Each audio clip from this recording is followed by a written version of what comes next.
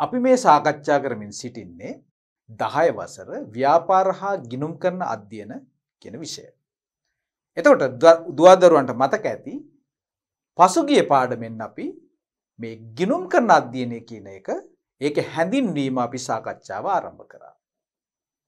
එතකොට හතරවෙනි පාඩමේ දෙවන ඒකකය තමයි අද අපි සාකච්ඡා කරන්නේ.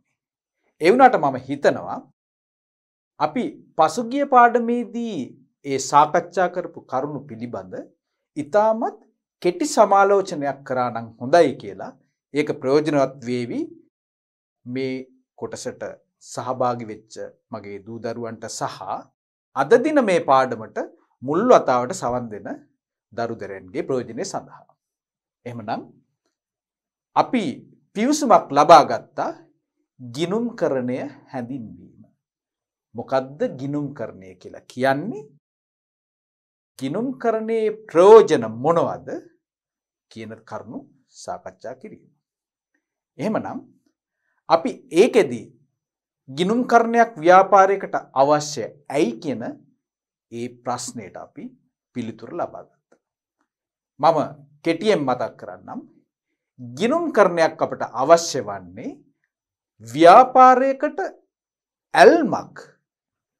එහෙම නැත්නම් ව්‍යාපාරයක් කෙරෙහි උනන්දුවෙන් කටයුතු කරන මේ ඇල්ම ඇති පාර්ශ්වයන්ගේ තීරණ ගැනීමේ අවශ්‍යතාවය සඳහා අවශ්‍ය මොන තොරතුරුද ව්‍යාපාරයේ පිළිබඳ තොරතුරු ඔවුන්ට ලබා දීමේ ක්‍රමවේදය තමයි මේ ගිණුම්කරණය කියලා කියන්නේ. ඒ ගැන තවත් යමක් සටහන් කරනවා නම් අපි දන්නවා මේ ඇල්මැති පාර්ශ්වයන් කියන්නේ කවුරුන්ද කියලා. ව්‍යාපාරයේ අභ්‍යන්තරයේ ඉන්න ඇල්මැති පාර්ශ්වයන් කීපයක් ව්‍යාපාරයේ හිමිකරුවන්, ව්‍යාපාරයේ සේවකයන්, ව්‍යාපාරයේ කළමනාකරුවන් යනාදී වශයෙන්.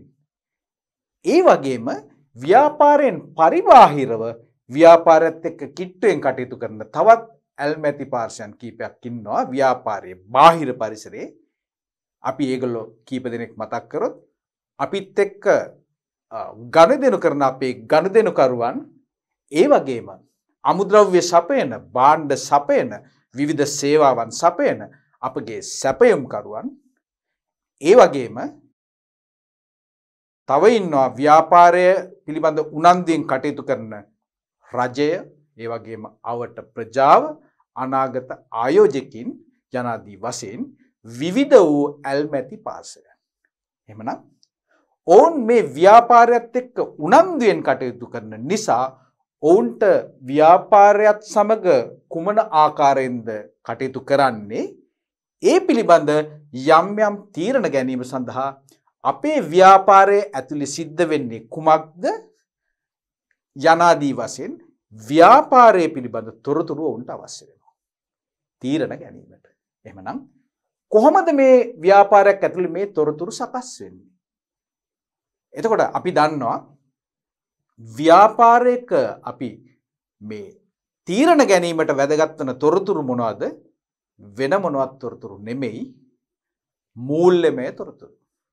එතකොට මේ මූල්‍යමය තොරතුරු ඒවා කොහොමද ව්‍යාපාරයක් ඇතුලේ ජනිත වෙන්නේ? එතකොට අපි හොඳ පියුසුමක් ලබා ගත්තා. අපි කිව්වා දිනපතා, සතිපතා, මාසපතා මේ ව්‍යාපාරය පවතින්නේ කුමන කාලයක්, කුමන කාල පරිච්ඡේදයක් සඳහාද? මේ සියලු කාලය තුල විශාල වශයෙන් ව්‍යාපාරය තුල විවිධ වූ ගනුදෙනු සිද්ධ වෙනවා. එහෙමනම් මේ ගනුදෙනු තමයි මේ මූල්‍ය තොරතුරු සකස් කිරීමේ මූලික දත්ත පදනම. එතකොට මේ ගනුදෙනු ටික අපි පිළිවෙලකට හඳුනගෙන ඒවා වර්ග කරලා ඒවා විශ්ලේෂණය කරලා තමයි අපි අවසාන වශයෙන් මේ මූල්‍යමය තොරතුරු අපි තීරණ ගැනීමට සුදුසු ආකාරයෙන් අපි සකස් කරගන්නේ. එහෙමනම් මේ තොරතුරු මේ ඇල්මැති පාර්ශ්වයන් sannivedanaya කරන මාධ්‍යයට අපි කිව්වා මූල්‍ය ප්‍රකාශන කියලා. ඒ ගැන මං කුඩා මතක් කිරීමක් කරා. ඒ කියන්නේ අපි සකස් කරනවා විශේෂයෙන් ගණදෙනු ආශ්‍රයෙන් අපි ඒවා ගනුදෙනු පොත්පත්වල සඳහන් කරලා ව්‍යාපාරික මූලික පොත්පත්වල සඳහන් කරලා ලෙජරේ සටහන් කරලා අවසාන වශයෙන් ඒවායේ සාරාංශයක් අපි ගන්නවා කොතනටද ශේෂ පිරික්සුමක් කියලා ප්‍රකාශයක් හදනවා. ඊට පස්සේ මේ ශේෂ පිරික්සුමේ තියෙන ගනුදෙනු සාරාංශය භාවිතා කරලා අපි ඊටත් වඩා අපිට ප්‍රයෝජනවත් වෙන තවත් තොරතුරු බාහිරට ලබා දීමේ තවත් වැදගත් ප්‍රකාශ දෙකක් හදනවා. ඒකට අපි කිව්වා ලාභ ගිණුම සහ ශේෂපත්‍රය අවසාන වශයෙන් මුදල් ප්‍රවාහ ප්‍රකාශය. එතකොට මෙන්න මේ මූල්‍ය ප්‍රකාශන තුලින් තමයි දරුවනි තීරණ ගැනීම සඳහා අවශ්‍ය ව්‍යාපාරයේ පිළිබඳ මූල්‍ය තොරතුරු ලබා ගන්න පුළුවන් මාධ්‍ය. එමනම් මේක අපි ව්‍යාපාරය තුල සකස් කරන්න ඕන. සකස් කිරීමක් කළොත් පමණයි අපිට මේවා තීරණ ගැනීම සඳහා අපිට බාහිරට ලබා දෙන්න පුළුවන් වෙන්නේ. එමනම් ඒ සකස් කිරීමේ ක්‍රමවේදයට තමයි අපි කියලා කියන්නේ ව්‍යාපාරයක මොකද්ද ගිණුම්කරණය කියලා. හරි. එහෙනම් අපි ඊළඟට අපි සාකච්ඡා කරා ව්‍යාපාරයක් තුල සිදුවන මේ ගනුදෙනුවක් කියන්නේ මොකද්ද කියලා. ඒ කියන්නේ ගනුදෙනුවක් කියලා කියන්නේ සම්පත් හුවමාරුවක්. ව්‍යාපාරයේ අරමුණු සාක්ෂාත් කර ගැනීම සඳහා ආර්ථික ප්‍රතිලාභ ලබා ගැනීම සඳහා ව්‍යාපාරයට තමාගේ ඒ ප්‍රධාන ව්‍යාපාර කටයුත්ත කිරීමේදී විවිධ වූ සම්පත් හුවමාරු කර ගැනීම සිද්ධ කරන්න සිදු වෙනවා. උදාහරණයක් විදිහට ව්‍යාපාරයට භාණ්ඩ නිෂ්පාදනය කරන්න නම් අපි දන්නවා අපිට අමුද්‍රව්‍ය මිලදී ගන්න ඕන. මූලික වශයෙන්. එහෙනම් අමුද්‍රව්‍ය මිලදී ගන්නවා කියලා කියන්නේ මොකද්ද? ගනුදෙනුවක්. මොකද්ද සිද්ධ වෙන්නේ? ව්‍යාපාරයට අමුද්‍රව්‍ය කියන මේ භෞතිකමය සම්පත ව්‍යාපාරය අත්පත් කර ගන්නවා. ඒ වෙනුවට ඒ සම්පත අපිට ලබා දෙන ඒ සැපයුම් කරුවන්ට අපි ව්‍යාපාරයේ විසින් ගෙවීමක් කරනවා. මොනවද? මුදල්. එහෙම නැත්නම් මුදල් ගෙවීමේ පොරොන්දුව මත අපි ණයට බහන්න ගන්නවා. කුමක් හෝ වේවා මේකට අපි කියනවා ගනුදෙනුවක් කියලා. එහෙම නැත්නම් ව්‍යාපාරයේ දුරකථන බිල ගෙවීම, ව්‍යාපාරයේ ප්‍රවාහන ගාස්තු ගෙවීම, සේවකයන්ගේ වැටුප් ගෙවීම මේවට අපි කියනවා ගනුදෙනු කියලා. ඊළඟට ඔයගලන්ට මතක ඇති මේ ගනුදෙනු ඒ වගේ ස්වභාවය අනුව ප්‍රධාන වශයෙන් අපි කිව්වා ගනුදෙනු කාණ්ඩ 5කට අපි වර්ග කරන්න පුළුවන් කියලා. කුමක් අනුවද? ඒ ගනුදෙනුවර ස්වභාවය අනුව. අපි ඉතා ඉක්මනින් බලමු මොනවද ඒ ගනුදෙනු වර්ග 5 කියලා. අංක 1.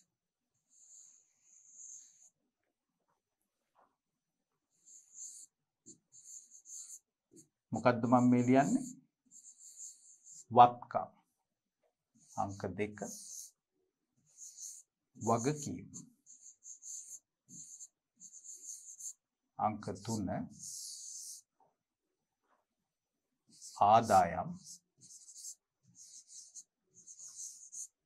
අංක 4 වියදම්. අංක 5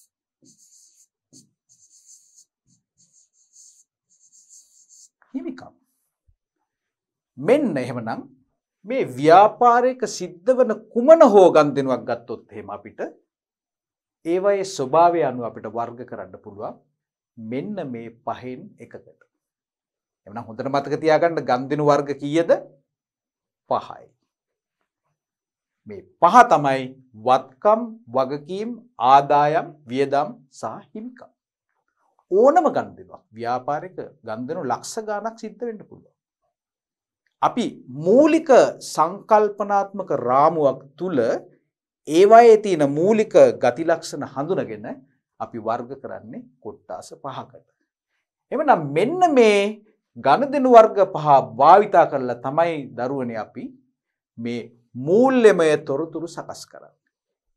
එහෙමනම් මේ වැදගත්කම නිසාම අපි මේකට විශේෂ නමක් කියනවා ගිණුම් කරන්නේදී ගිණුම් කරන මූලිකාංග කියලා.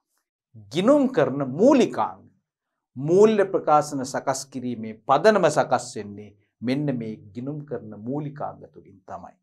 එතකොට මේ ගණදෙනු සටහන් වන මූලික ලේඛන තියෙනවා. මූලික ලේඛන තියෙනවා. අපි දන්නවා භාණ්ඩයක් අපි මිලදී ගන්නකොට භාණ්ඩය අපිට විකුණන පුද්ගලයා අපිට දෙනවා ලියකියවිල්ලක්. ඒකට අපි කියනවා භාණ්ඩ. ඒකට කියනවා අපි ඉන්වොයිස් එක කියලා. ඉන්වොයිස්. ඉන්වොයිස්. ඒතර ඒකේ මේ භාණ්ඩ අපි මිලදීගත් භාණ්ඩ පිළිබඳ විවිධ තොරතුරු සටහන් වෙනවා. මොනවද අපි ගත්ත භාණ්ඩ? ඒකේ අගය මොකද්ද? අවසාන වශයෙන් මේ මත අපි ගෙවන්න ඕන මුදල කීයද? යනාදී වශයෙන් අපිට මේ අවශ්‍ය මූලික තොරතුරු ටික මේකේ තියෙනවා. ඒ වගේම අපි ව්‍යාපාරයේ විසින් අපි මේ යම්කිසි ගෙවීමක් කරනකොට ඒකට අපිට හම්බ වෙනවා රිසිට් එකක් හම්බ වෙනවා. ලදුපතක් හම්බ වෙනවා. එතන මේ විදිහට මේ මූලික ගණදෙනු සටහන් වන විවිධ වූ ලේඛන තියෙනවා ව්‍යාපාරයක් ඇතුළත. එතකොට අන්න ඒ ලේඛන භාවිතා කරලා තමයි අපි මේ අපේ මේ තියෙන විවිධ ගණදෙනු හඳුනගන්නේ. හඳුනගෙන තමයි අපිට මේ වගේ විශ්ලේෂණයක් කරන්න පුළුවන් වෙන්නේ. වර්ග කිරීමක් කරන්න පුළුවන් වෙන්නේ. එහෙමනම් අපි පසුගිය පාඩමේදී මේ ගිණුම් කරන මූලිකාංග වල අංක 1 එනම් මේ වත්කම් පිළිබඳ අපි සාකච්ඡාව ආරම්භ කරා. හරි නේද? එහෙමනම් වත්කමක් විදිහට ගණදෙනුවක් අපි හඳුන ගන්න නම් වත්කමක් විදිහට ඒක ව්‍යාපාරයේ පොත්පත්වල සටහන් කර ගන්න නම් අපි කිව්වා ඒකේ මූලික ලක්ෂණ කීයක්ද? මූලික ලක්ෂණ 3ක් සම්පූර්ණ වෙන්න ඕන කියලා. ලක්ෂණ 3යි. මොකක්ද? පළවෙනි ලක්ෂණය මොකක්ද? පළවෙනි ලක්ෂණය ඔයගලන්ට මතක ඇති අතීත ගණදෙනුවක ප්‍රතිඵලයක් වීම. මොකක්ද? ගණදෙනුවක් සිද්ධ වෙනවා ඒ මත ව්‍යාපාරයට යම්කිසි සම්පතක් අපි එක් කරගන්නවා. එහෙමනම් අතීත ගණදෙනුවක් සිද්ධ වෙලා. ඊළඟට මේකේ තියෙන දෙවන ලක්ෂණය තමයි මේ වත්කම නිසා ව්‍යාපාරයට ආර්ථික ප්‍රතිලාභ ලබා දීමේ හැකියාවක් තියෙනවා. මම ඒක මේ විදිහට පැහැදිලි කරන්නම්. අපි ව්‍යාපාරයට අපි හිතමු මිලදී ගන්නවා යන්ත්‍රයක්, මැෂින් එකක්. එහෙමනම් ගණදෙනුවක් සිද්ධ වෙලා මැෂින් එකක් ව්‍යාපාරයට එකතු වෙලා. මේ මැෂින් එක භාවිතා කරලා අපි මොකද කරන්නේ? භාණ්ඩ නිෂ්පාදනය කරනවා. එතකොට මේ නිෂ්පාදනය කරන භාණ්ඩ විකුණලා තමයි අපි ආර්ථික ප්‍රතිලාභයක් ලබා ගන්න. එහෙමනම් මේ වත්කම නිසා ව්‍යාපාරයට ආර්ථික ප්‍රතිලාභ ඇතුළට ගලා ඒමට උපකාරී වෙනවා. එහෙමනම් දෙවන ලක්ෂණය සම්පූර්ණ වෙලා. තුන්වෙනි එක තමයි මේ වත්කම පාලනය කිරීමේ හැකියාව ව්‍යාපාරයේ සතු වෙන්න ඕන. ඒකට අපි ලස්සන උදාහරණයක් දාලා අපි ඒ පිළිබඳ ඒකේ තේරුම අපි ඉතා හොඳින් තේරුම් ගත්තා. වත්කම පිළිබඳ තීරණ ගන්න අපිට පැහැදිලි හැකියාවක් තියෙනවා නම් අපිට මේ තුන්වෙනි කොන්දේසිය සම්පූර්ණ වෙනවා. මේ කොන්දේසි තුනම සම්පූර්ණ වුණොත් තමයි දරුවනේ අපිට ඒක වත්කමක් විදිහට හඳුනා ගන්න පුළුවන් වෙන්නේ. මේ විදිහට හඳුනගෙන ඒක ගිණුම්ගත කරන්න නම් නැවත වතාවක් අපි කිව්වා තවත් කොන්දේසි දෙකක් සම්පූර්ණ වෙන්න ඕන කියලා. අපේ පෙළ පොතේ මේවා දාලා තියෙනවා. අපි මේක කියෙව්වොත් අපිට මේක හම්බ වෙනවා. මොකක්ද? වත්කමේ අගය විශ්වාසනීය විදිහට තක්සේරු කරන්න පුළුවන් වෙන්න ඕන. වත්කමේ වටිනාකම අපිට ඒක සැකසහිත නම් ඒක හඳුනගන්න බැරි නම් ඒකේ පිරිවැය ඒකේ වටිනාකමට අපි කියන වචනේ තමයි පිරිවැය කියලා. කොස්ට් එක කියලා කියන්නේ. ඒක නිවැරදිව තක්සේරු කිරීමේ හැකියාවක් තියනවා නම් ඒකේ පළවෙනි කොන්දේසිය සම්පූර්ණ වෙනවා.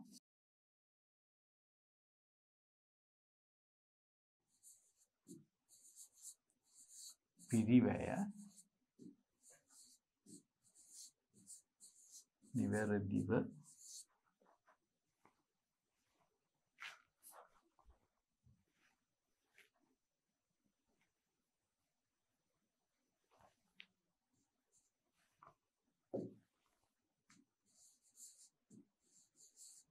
탁සේරු කිරීම. ඒක තමයි පළවෙනි කොන්දේසිය. දෙවෙනි කොන්දේසිය මම මේ පැත්තෙන් යන්නම්. ආර්ථික ප්‍රතිලාභ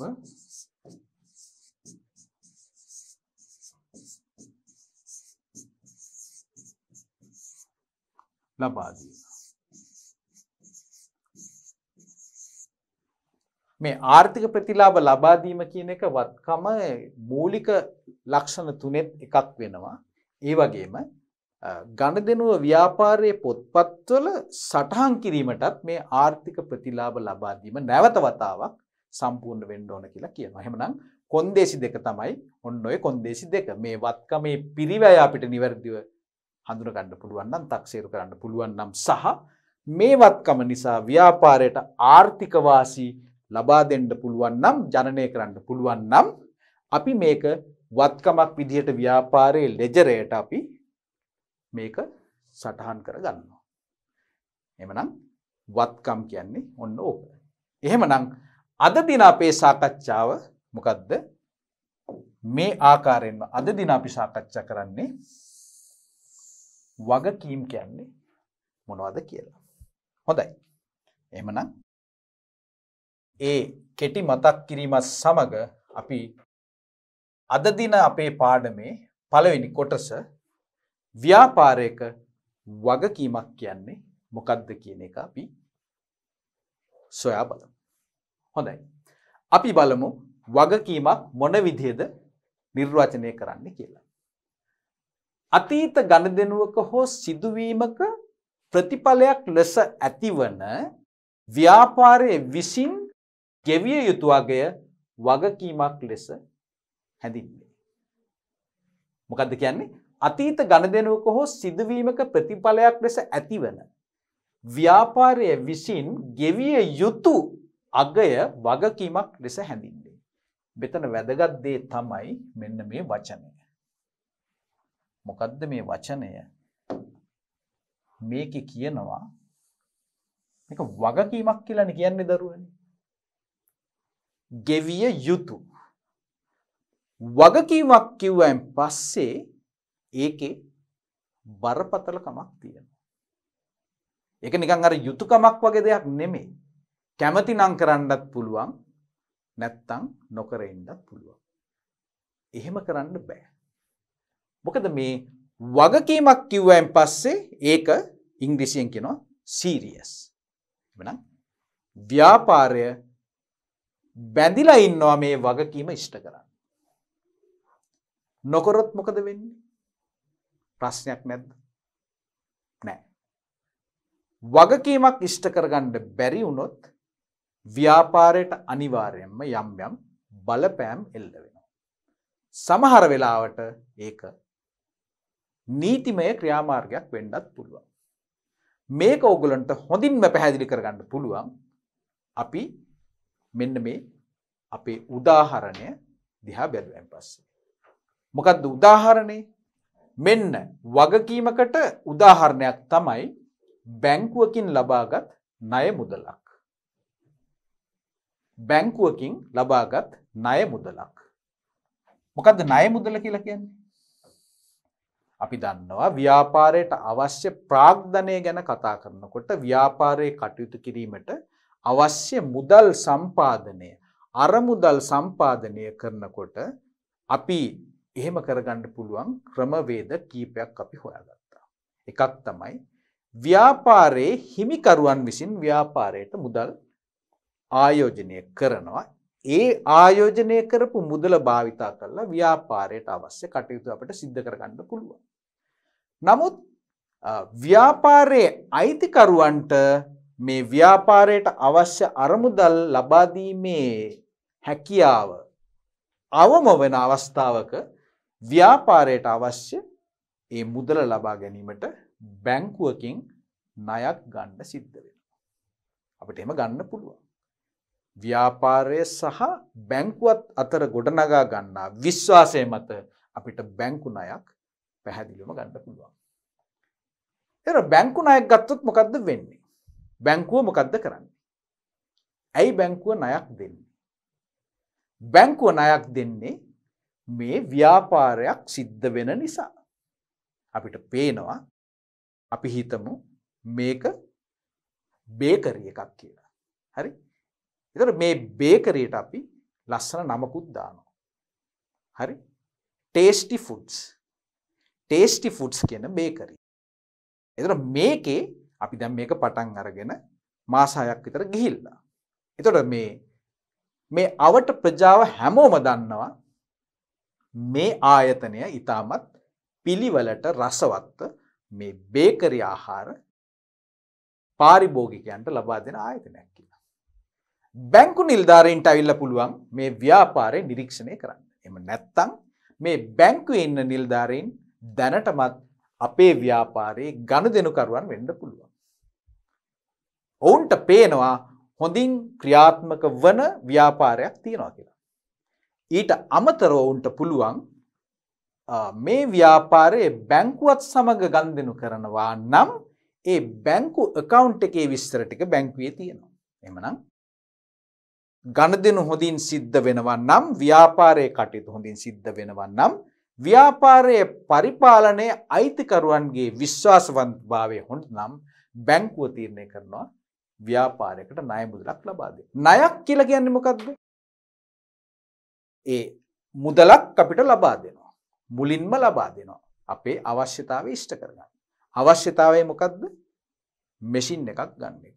අලුතෙන් පෝරණුවක් හදන එක. එහෙම නැත්නම් ඩිලිවරි වෙහිකල් එකක් ගන්න එක. මේ වගේ විවිධාකාරයේ වත්කම් අත්පත් කර ගැනීම සඳහා අපිට ප්‍රාග්ධනය අවශ්‍ය වෙනවා. ඒ ප්‍රාග්ධනය අපි බැංකු ණයකින් අපි ලබා ගන්නවා. බැංකුව කොහොමද මේ ප්‍රාග්ධනය ව්‍යාපාරයට දෙන්නේ? නිකම්ම දෙනවද? ගිය ගමන් හරි. එhmenan කීයක් දෝන ලක්ෂ 5යි. මෙන්න ලක්ෂ 5 කියලා එහෙම දෙනවද? එහෙම දෙන බැංකු තියනවද? එහෙම දෙන බැංකු ලංකාවෙත් නෑ, මං හිතන්නේ ලෝකේ වෙනත් රටවල් වලත් නෑ. එහෙමනම් ණයක් අපි ගන්නවා නම් අපි කොහොමද ගන්නෙ දරුවනේ? අපි ගන්න නම් අපිට සිද්ධ වෙනවා ඉස්සෙල්ලාම ওই මං කිව්ව ආකාරයෙන් බැංකුව ව්‍යාපාරේ නිරීක්ෂණය කරනවා, ගිණුම් පරීක්ෂා කරනවා. ඊට පස්සේ තීරණයක් ගන්න පුළුවන් නම් මේ ණය දෙනවා කියලා අපි සකස් කරනවා ලේඛනය. මොකක්ද ඒ? ඒකට කියනවා අපි ණය ගිවිසුම කියලා. ඒකේ ඔක්කොම නම දානවා, මුදල,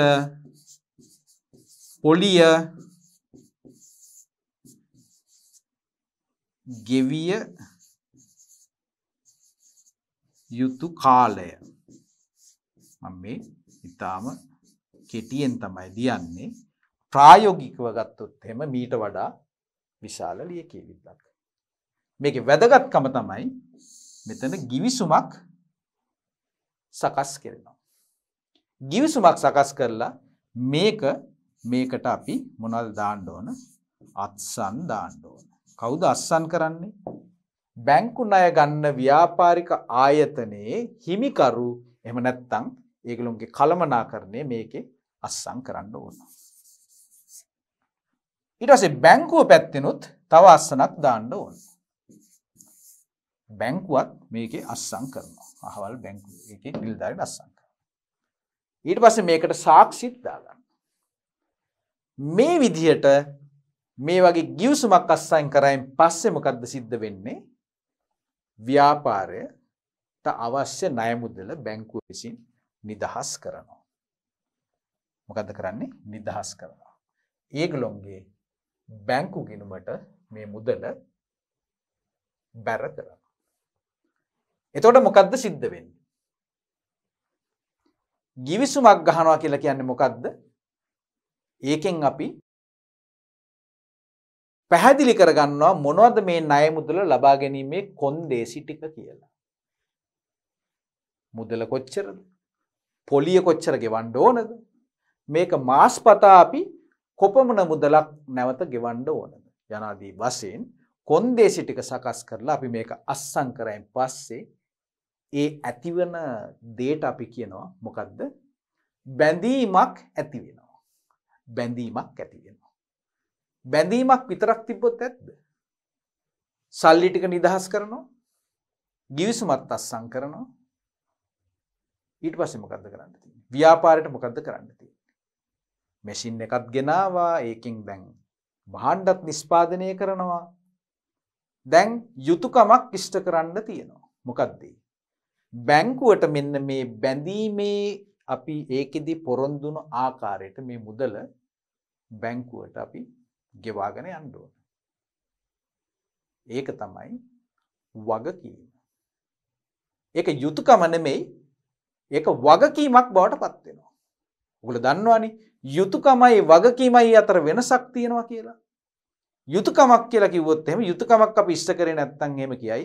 අයියෝ එයා හොඳ එක්කෙනෙක් නෙමෙයි බලන්න එයාට කරන්න තියෙන දේවත් එයා හරියට කරේ නැහැනේ. පොලිසියෙන් අල්ලන් එන්න එනවද? නැහැ.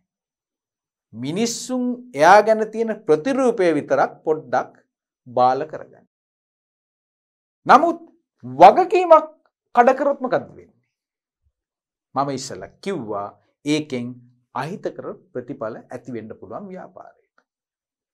බැංකුවට අවශ්‍ය නම් මෙයා ගෙවන්නේ නැත්නම් නඩුවක් දාන්න පුළුවන්. පොලිසියට කියනවා නෙමෙයි.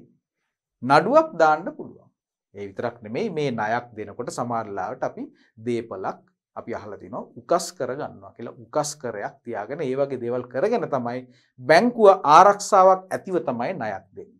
නමුත් මෙතන තියෙන වැදගත්කම තමයි මෙන්න මේක. මෙන්න මේ වගකීම කියන ලක්ෂණය. ඒ වගකීම තමයි අනාගතයේ ආපසු ගෙවීම සඳහා ව්‍යාපාරය බැඳීමක් ඇති වෙනවා. බැඳීම ඇති වෙලා තින්නේ මෙන්න මේ ණය කිවිසුමේ. ව්‍යාපාරයකට තියෙන ඕනම වගකීමකට මොකක් හෝ ලියකියවිල්ලක් තියෙනවා බැඳීමක් ඇති වෙනවා. බැංකු ණයක් ගන්නකොට මේ වගේ කිවිසුමක් අස්සම් කරාට අපි සරලව හිතමු ව්‍යාපාරයට භාණ්ඩ ණයට දෙනවා නම් ඒකත් වගකීමක් නේ. අපි ණයට භාණ්ඩ ගත්තොත් එහෙම භාණ්ඩ ටික ව්‍යාපාරයට එනවා ගණදිනුවක් සිද්ධ වෙලා තියෙනවා අතීත ගණදිනුවක් කියන දේ හරි. එතකොට අපි ණය ටික ගෙවන්න ඕන කවදා හරි මාසෙකින් දෙකකින් සතියකින් දවසකින්. එමනම් බැඳීමක් ඇති වෙලා මොකද්ද? අපි මේ ණය මුදල පියවන්න ඕන. ඒක ණයට භාණ්ඩ ගන්නකොට අපි ණය කිවිසුමක් ගහන්නේ නෑ බොහෝ විට ප්‍රායෝගිකව. හැබැයි අපිට ලියවිල්ලක් දෙනවා මොකද්ද? ඉන්වොයිස් එකක් දෙනවා මේක ගෙවිය යුතු ආකාරය ඒකේ ලියනවා. මාස දෙකක ණයට දීමේ පදනම මත. ඊට පස්සේ ව්‍යාපාරයේ ඉන්න කළමනාකරු එහෙම නැත්නම් අයිතිකරු ඒක අස්සම් කරලා දෙනවා. අන්න මොකද්ද වෙන්නේ? බැඳීමක් ඇති වෙලා. අනාගතේ මේක ගෙවන්න ඕන. කොන්දේසි දෙකයි. එකක් තමයි ගන්දිනුවක් සිද්ධ වෙලා ඔන්න බැඳීමකුත් ඇති වෙලා ඊළඟට මොකද්ද? මේක කියනවා එසේම මෙම වගකීම බේරුම් කිරීමේදී ව්‍යාපාරයට ආර්ථික ප්‍රතිලාභ ලබා දෙන සම්පත් හෙවත් වත්කම් ව්‍යාපාරයෙන් පිටතට ගලා යාමක් සිදු වේ. ඔන්න දැන් අපි අපේ සරල උදාහරණයේ අංක 1 උදාහරණයේ බැංකු ණය ගැනීම මොකද්ද වෙන්නේ? අතීත ගනුදෙනුවක් සිද්ධ වුණා. බැංකු ණය මුදා හැරියා. ඊට පස්සේ අනාගතයේ මේක බැංකුවට ආපසු ගෙවන්න බැඳීමකුත් ඇති වුණා. හරි නේද? ඊට පස්සේ බැංකු ණය ගෙවනවා කියලා කියන්නේ මොකද්ද? කොහොමද බැංකු ණයක් ගෙවන්නේ? බැංකුව අපිට මුදල් දුන්නේ අපි මුදල් වලින්ම බැංකුවට ආපසු ගෙවන්න ඕන. අපි ගෙවන්නේ මේ ගිවිසුමේ කියලා තියෙන විදිහට. මාස්පතා ගෙවන්නේ. මාස්පතා අවුරුදු 5ක් තිස්සේ මේක ගෙවාගෙන යනවා. එහෙමනම් ගෙවන්න අපි භාවිතා කරන්නේ මොනවද? මුදල්. මුදල් නේද? ඒතර මුදල් කියලා කියන්නේ මොනවද? මුදල් කියලා කියන්නේ ව්‍යාපාරයට ආර්ථික ප්‍රතිලාභ ලබා දෙන සම්පතක්. එහෙම නැත්නම් වත්කමක්. වත්කම් වලදී අපිට ඉගෙන ගත්තා මුදල් කියන්නේ වත්කමක් කියලා. ඇයි ඒ? මුදල් භාවිතා කරලා අපිට ආර්ථික ප්‍රතිලාභ ලබා ගන්න පුළුවන්. මේ මුදල් භාවිතා කරලා තමයි අපි ඕනම ව්‍යාපාරයක් කරලා අපි ලාභ ලබා ගන්න. එහෙනම් මුදල් කියන්නේ වත්කමක්. මුදල් වලට විශේෂ හැකියාවක් තියෙනවා ආර්ථික ප්‍රතිලාභ ලබා දෙන්න. එහෙමනම් මේ වගකීමකින් ව්‍යාපාරය නිදහස් වෙන්න නම් ව්‍යාපාරය අත්හරින්නේ මොනවද? තමාට ආර්ථික ප්‍රතිලාභ ලබා ගන්න පුළුවන් සම්පතක් තමයි අත්හරින්නේ. ගලා යෑමක් සිද්ධ වෙනවා. ලාච්චියෙන් මේ සල්ලි ටික අරගෙන ගිහිල්ලා බැංකු කවුන්ටරේට ගිහිල්ලා අපි ඒ මුදල දෙනවා. මෙන්න මාසේ ණය වාරිකය කියලා. එහෙමනම් අර ආර්ථික ප්‍රතිලාභ ලබා දෙන්න පුළුවන් මුදල් කියන සම්පත අරන් ගිහිල්ලා අපි මේ වගකීමෙන් ටික ටික නිදහස් වෙන්න අපි ඒක අපි පිටතට ගලා යන්න සලස්සනවා. බැංකුවට ගිහිල්ලා බැංකුවට දෙනවා මෙන්න මගේ මාසික වාරිකය කියලා. මේ ආකාරයෙන් මේක මාස්පතා ගෙවාගෙන යනකොට මේක ටිකෙන් ටික මේ වගකීම අඩු වෙලා මේක බිඳුව වෙච්ච දවසට තමයි මේ වගකීමෙන් අපි සම්පූර්ණයෙන්ම නිදහස් වෙන්නේ. එහෙමනම් ඔන්න ඕක තමයි වගකීමක ලක්ෂණ 3. මොනවද මේ ලක්ෂණ 3 අපි දැන් මේ හඳුනාගත්ත? නැවත වතාවක් අපි කතා කරමු. පළවෙනි දේ තමයි මොකද්ද? එහෙමනම් අතීත ගනුදෙනුවක ප්‍රතිඵලයක් වීම. ඊළඟට වර්තමාන බැඳීමක් ඇති වෙලා තියෙන්න ඕන. වගකීමක් ඇති වෙලා තියෙන්න ඕන.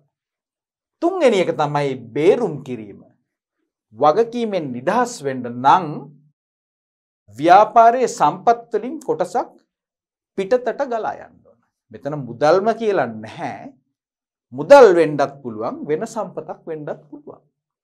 මුදල් දෙන්නේ නැතුව ඒක වෙන ආකාරයකින් දෙන්නත් පුළුවන්. අපිට භාණ්ඩ ආකාරයෙන් දෙන්නත් පුළුවන් සමහර වෙලාවට. අපි කාගෙන් හරි ණය ගත්තා නම් අපිට ඒ පුද්ගලයාගෙන් ඒ ණය බේරන්න අපිට එක්කෝ ව්‍යාපාරයේ මුදල් දෙන්න පුළුවන්. එහෙම නැත්නම් වෙනත් දෙයක් කැප කරන්නත් පුළුවන්. ඒක තමයි අපි කිව්වේ ව්‍යාපාරවල සම්පත් වලින් කොටසක් පිටතට ගලා යන්න සලස්වනවා කියලා. බැංකු ණය උදාහරණෙදී නම් මුදල්. එහෙමනම් මෙන්න මේ ලක්ෂණ 3 තමයි දරුවනේ වගකීමක ලක්ෂණ. එහෙමනම් මේ ලක්ෂණ 3 තියෙනවා නම් අපි ඒ ගනුදෙනුව හඳුනා ගන්නවා මොකක් විදිහටද? වගකීමක් විදිහට. එතකොට මේ වගකීමක් විදිහට අපි හඳුනා ගන්න තීරණය කරන මේ ගනුදෙනුව ව්‍යාපාරයේ පොත්පත්වල සටහන් කරන්න නම් අපිට ඒ වගකීමේ අගය අපිට නිවැරදිව තහවුරු කරගන්න පුළුවන් වෙන්න ඕන.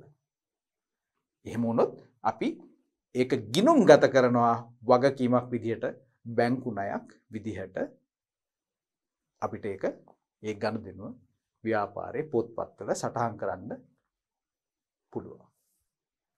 හොඳයි. මේ තියෙන්නේ අපි මේ ලීසින් පහසුකමක් ගන්න අපි බැංකුවත් එක්ක අපි කතා කරනවා ලෝන් එකක් ගන්න. ඒකට අදාළ රූප රාමුවක් තමයි පෙන්නලා තියෙන්නේ. අපේ ව්‍යාපාරයේ තියෙනවා. ව්‍යාපාරයට අපිට ලෝන් එකක් දෙනවා. ඒකේ බෙනිෆිට්ස්, ඒකේ ප්‍රයෝජන තමයි අපේ ප්‍රවාහන පහසුකම් කරගෙන යාම සඳහා අපිට ණය පහසුකමක් ලබා දෙනවා. එhmenan මේ තින්නේ බැංකු ණයක්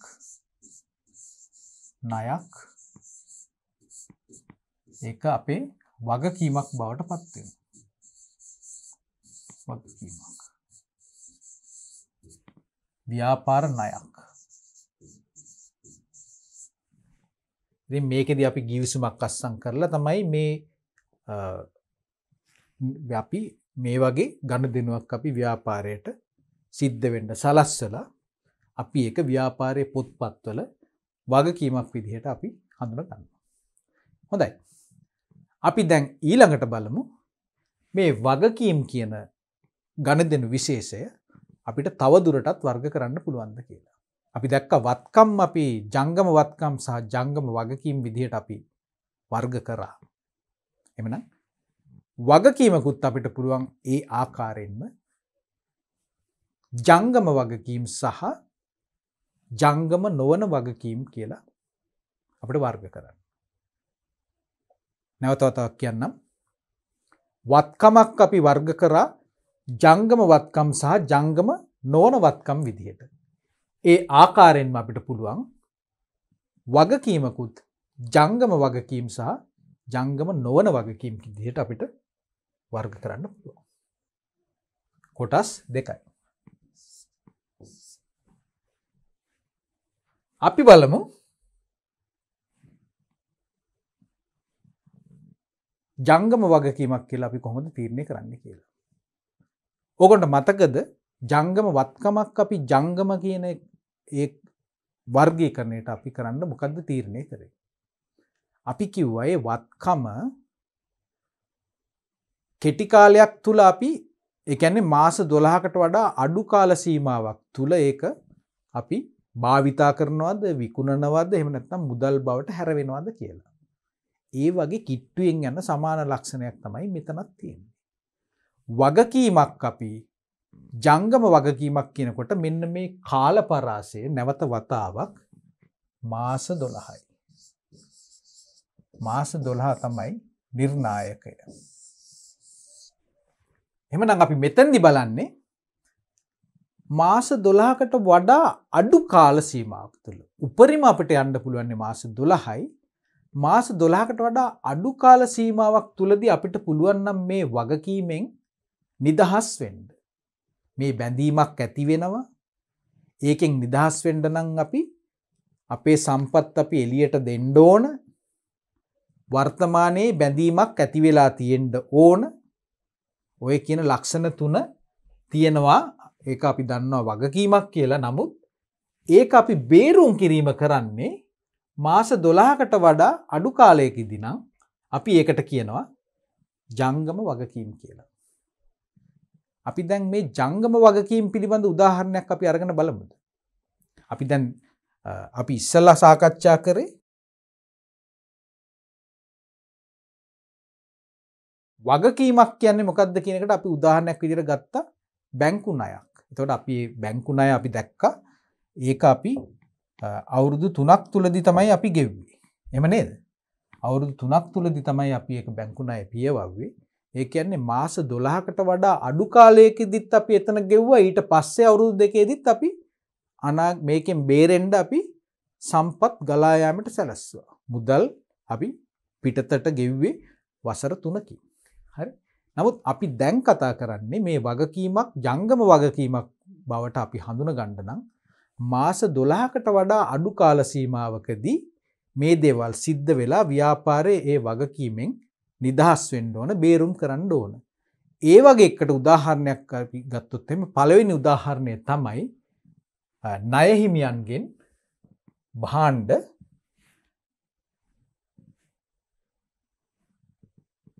ණය හිමියන්ගෙන් භාණ්ඩ මිලදී ගැනීම. මේ තියෙන්නේ විකිණීම සඳහා භාණ්ඩ ණයට ගැනීම. එතනදී මොකද්ද සිද්ධ වෙන්නේ? අපිට මේ භාණ්ඩ සපයන මේ සැපයුම් කරු අපේ මෙතෙන්දිපත් වෙනවා කවුරු බවටද? ව්‍යාපාරේ ණය හිමියෙක් බවට පත් වෙනවා. ඒක තමයි මේ තියෙන්නේ. අපේ ව්‍යාපාරයට භාණ්ඩ දෙනවා ණයට අපි තාම ගෙවලා නැහැ, බැඳීමක් ඇති වෙනවා. අනාගතේ අපි සම්පත් ගලණයක් කරලා අපි මේකෙන් බේරුම් කරන්න ඕන. ඒක නිසා මේ දේ සිද්ධ වෙන්නේ මාස 12කට වඩා අඩු කාල සීමාවකදී නම්. අපි දන්නවා සාමාන්‍යයෙන් අපිට මේ උපරිම අපිට ණය දෙන්නේ මේ මාස 2යි 3යි ඒ වගේ පදනම මත තමයි. නැත්තම් ඔහුට ඔහුගේ ව්‍යාපාරය කරගෙන යන්න බැරි වෙනවා. මේවට මුදල් හිර වෙලා තියෙන්නේ. නමුත් අපි සාමාන්‍යයෙන් දකිනවා මාස 2-3 අපි මේ පවත්වන සම්බන්ධයත් එක්ක සලකලා අපිට ණය කාල සීමාවක් අපිට දෙනවා. හැබැයි අපි ඒක මාස 2ක් 3ක් යනකොට අනිවාර්යෙන් මේක අපි නැවත වතාවක් පියවන්න ඕන. ඒ ණය ටික ඉවර වෙන්න ඕන. ඒක නිසා අන්න ඒ වගේ කෙටි කාලීනව ව්‍යාපාරයේ ඇතිවන ඒ ණය අපි ජංගම වගකීම් විදිහට තමයි අපි හඳුනගන්නේ. ජංගම වගකීම්. අපි හිතමු රුපියල් ලක්ෂයක භාණ්ඩ ගන්නවා කියලා. එහෙමනම් ජංගම වගකීම රුපියල් ලක්ෂයයි. ඊට පස්සේ ඉදිරි මාස 3ක් විතර යනකොට මේක අපි ගෙවනවා. අපි ගෙවන නිසා අපි ඒක මේ විදිහට දානවා. මේක ණය ගැනීම, ණයට බඩු ගැනීම, මෙතන ණය ගෙවීම. ණය ගෙවීම. හරි. මේක වෙන්නේ ඊට පස්සේ මේක බිඳුව වෙනවා. එතකොට මේක අපි දිනේ ගමු අපි ගන්නේ 15යි 9යි 2021. අපි ගෙවනවා මේක 15යි 11යි 2021. ඔන්න දිනෙත් දැම්මා. මාස දෙකක් ඇතුළත ණය පියවලා. අපි මේක බේරුම් කරලා. එහෙමනම් මේ වගේ කෙටි කාලීනව මාස 12කට වඩා අඩු කාල සීමාවක් තුල ඇතිවෙන తాවකාලික වගකීම් අපි ජංගම වගකීම් විදිහට ගිණුම්ගත කරනවා. මේ ගිණුම් සාමාන්‍යයෙන් අපි සකස් කරන්නේ මාස 12කට සැරයක්නේ.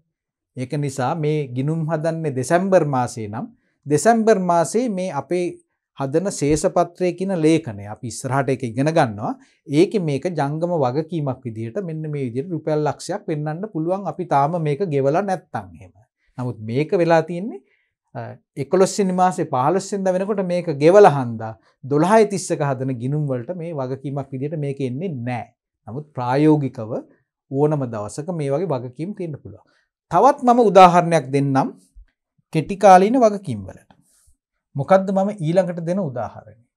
අපි දන්නවනි අපි ව්‍යාපාරයක් කරගෙන යනකොට අපි යුටිලිටිස් කියලා කියන්නේ මොනවද?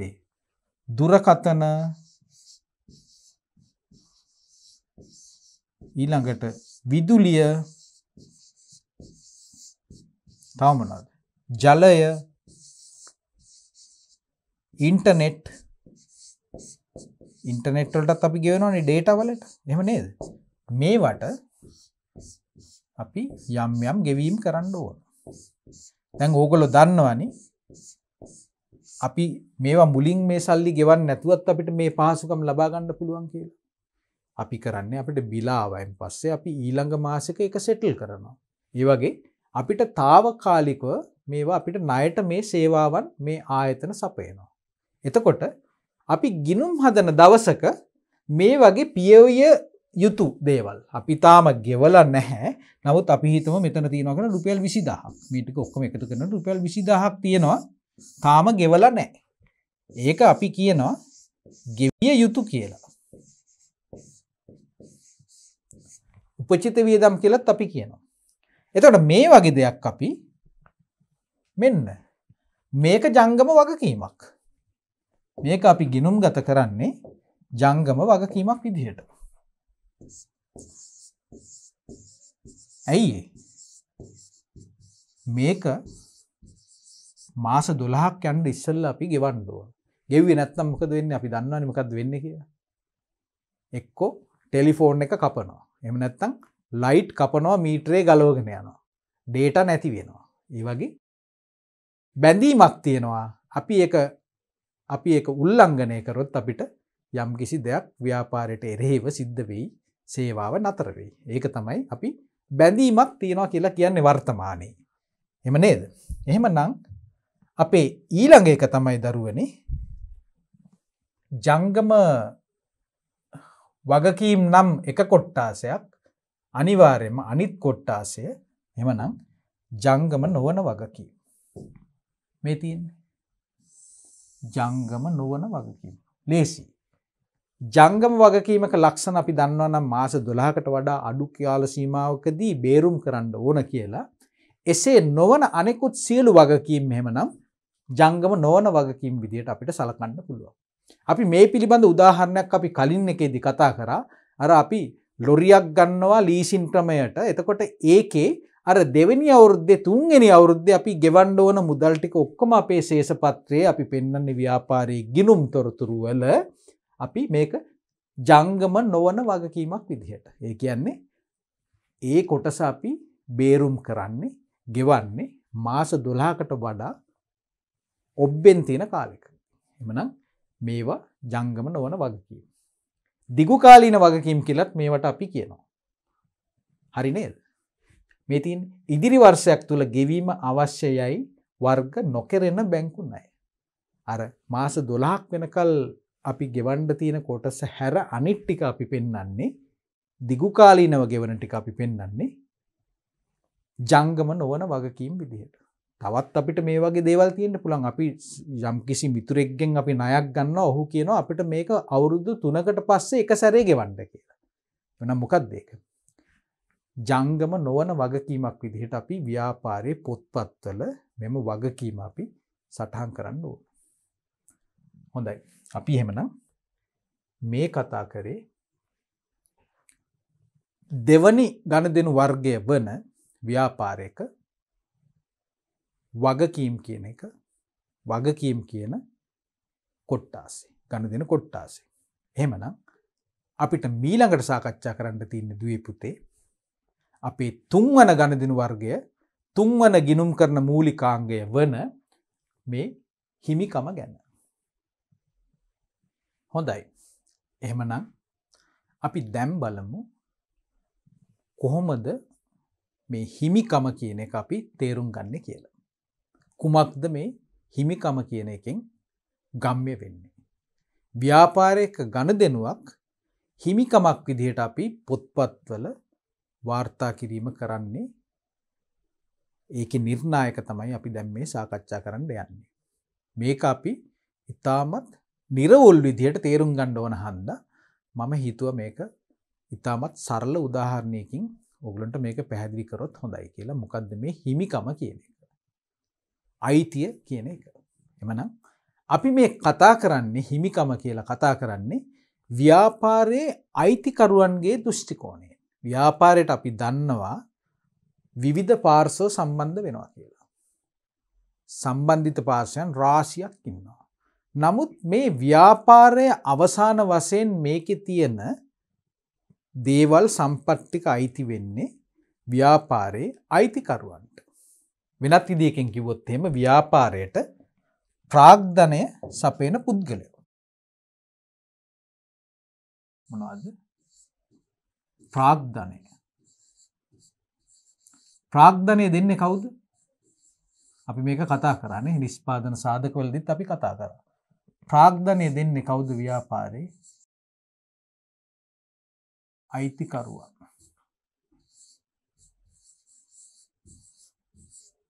අනිත් දේවල් වලට අපි කියන්නේ ණය කියලා. අපි දැක්කනේ ඉස්සෙල්ලා අපි කතා කරන උදාහරණයේදී අපිට නැති මුදලක් අපි බැංකුවකින් ගත්තොත් එහෙම ඒක අපි ප්‍රාග්ධනයේ විදිහට අපි ව්‍යාපාරයේ සටහන් කරගන්නේ නැහැ. අපි ඒක නිවැරදි විදිහට ඒ ගණදෙනුව වර්ග කරලා අපි ඒක වගකීමක් විදිහට තමයි ඒක අපි සටහන් කරගන්නේ. මොකද ඒ මුදල අපි කවදා හරි අනිවාර්යෙන්ම නීතියෙන් අපි බැඳිලා ඉන්නවා බැංකුවට ගෙවන්න ඕන හන්ද. ඒක හන්ද ඒක ව්‍යාපාරයේ ප්‍රාග්ධනයේ කොටසක් නෙවෙයි. එහෙමනම් අපි මෙහෙම මේ හිමිකම කියන එක තේරුම් ගන්න අපි සරල උදාහරණයක් මම දෙන්නම් මම ඔයගලන්ට කිව්ව විදිහට. අපි ගමු පොඩි උදාහරණයක්. අපි ගමු මගේ පවුල. හොඳයි. අපි පවුලක් ඉන්නවා. පවුලේ කවුද ඉන්නේ? 3 දෙනයි.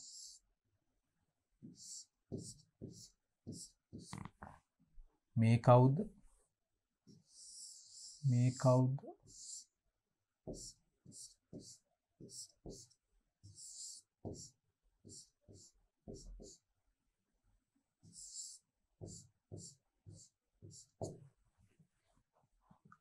අම්මා ඉන්නවා, තාත්තා ඉන්නවා, දරුවෝ දෙන්නෙකුත් ඉන්නවා.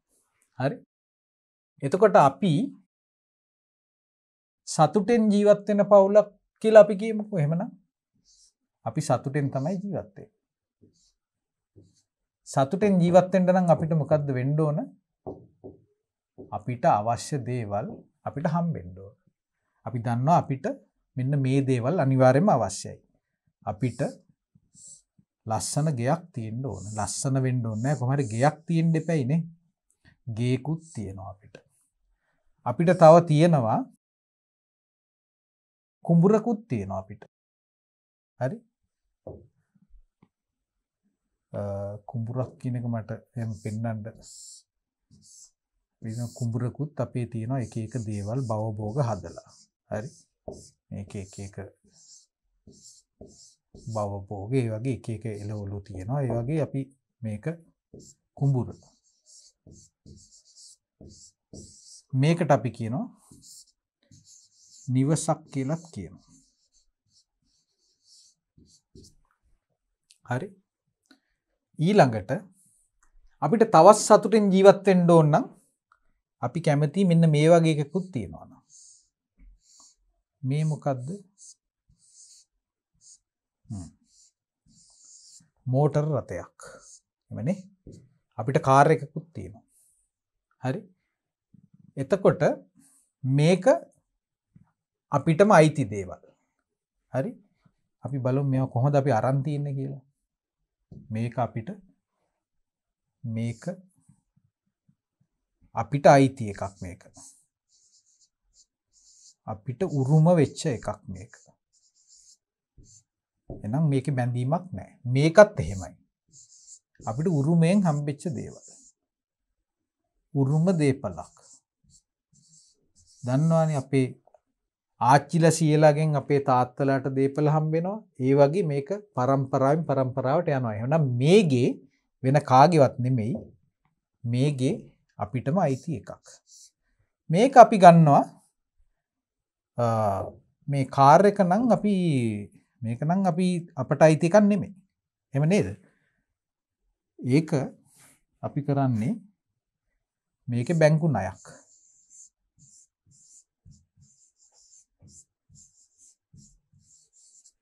හරි? ඔන්න ওই ටික තමයි අපේ පුංචි පවුලේ තියෙන දේවල්. අපිට වෙන ලොකු දේවල් නැහැ. හැබැයි අපිට මේ ටික තියෙනවා. එහෙමනම් අපි මේකට කියනවා අපේ තියෙන ධනය. එහෙම නැත්නම් දේපල. හරි? අපි මෙයාට වටිනාකම් ටිකක් දෙමු. අපේ ධනය කොච්චරද? අපි හිතමු මේක වටිනවා ලක්ෂ 50ක් වටිනවා. ලක්ෂ 50 ලියන්නේ 5.6. හරි? මේක ලක්ෂ 50යි. මේ කුඹුරත් වටිනවා ලක්ෂ 20ක්. 2.6යි. රුපියල් හොඳේ. රුපියල්. මේක වටිනවා ලක්ෂ අපි හිතමු 30යි. 3.6යි. ඔය ටික තමයි. හරි? එහෙමනම් අපේ ධනය අපි බලමු අපිට කොච්චර දේපලක් අපිට අයිතිද කියලා. අපි දැන් එකතු කරමු. හරි? අපිට තියෙනවා නිවස. නිවස කීයක් වටිනවද? අපි කිව්වේ ලක්ෂ 50ක් කියලා. ඊළඟ අපේ කුඹුර. කුඹුර අපි කිව්වා ලක්ෂ 30ක් වටිනවා කියලා. නෑ ලක්ෂ 20යි. හරි? ලක්ෂ 20යි. මේ දෙකේ වටිනාකම ලක්ෂ 70යි. හරි? මේ උදාහරණය. ඊළඟට අපිට තව තියෙනවා මොකද්ද? මෝටර් රථය. අපි ඒක කාර් කියලා ලියමුකෝ.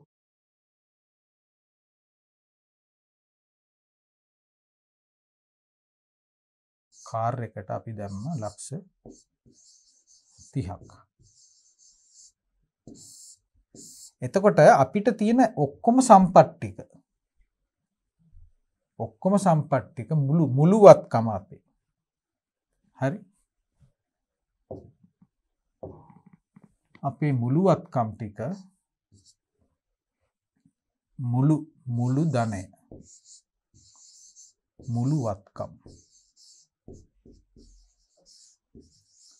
මුළුවත්කම් කීයද අපේ? අපිට පුළුවන් ද මෙහෙම ගන්න? රුපියල් කෝටියයි. එතකොට මම කිව්වොත් එහෙම අපිට තියෙනවා මෙන්න මෙච්චර ධනයක් තියෙනවා. අපිට ගෙයක් තියෙනවා.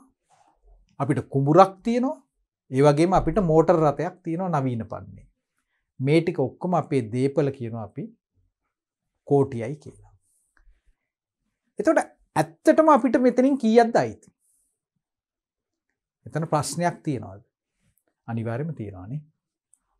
මොකද අපි දන්නවා මේ කෝටියක් තිබ්බට දරුවනේ අපි දන්නවා මේකෙන් ලක්ෂ 70ක් නම් අපිට නිදහස්. මේක අපිට නිදහස් දේපලක්. නමුත් මේ ලක්ෂ 30 මේක මොකද්ද?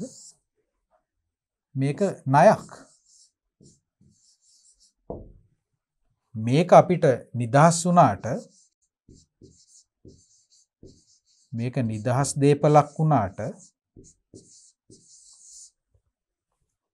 මුළුවත්කම් ලක්ෂ 100යි එහෙම නැත්නම් කෝටියයි ඒකෙන් 70ක් අපිටම අයිති දේවල්. අපිට ඒවා සින්නක්කර ඔප්පු තියෙනවා. නමුත් මේ ලක්ෂ 30 අපි බැංකුවට ගෙවන්න ඕන. එහෙමනම් අපිට ඇත්තටම අයිති ප්‍රමාණය කොච්චරද? අපි ඒක කොහොමද හොයාගත්තේ? අපි ඒක හොයාගත්තේ මෙන්න මේක. අපි ඒක හොයාගත්තේ දරුවනේ. අපි මේක අඩු කරා අපේ මුළුවත්කම් වලින් අපි අඩු කරා. හරි?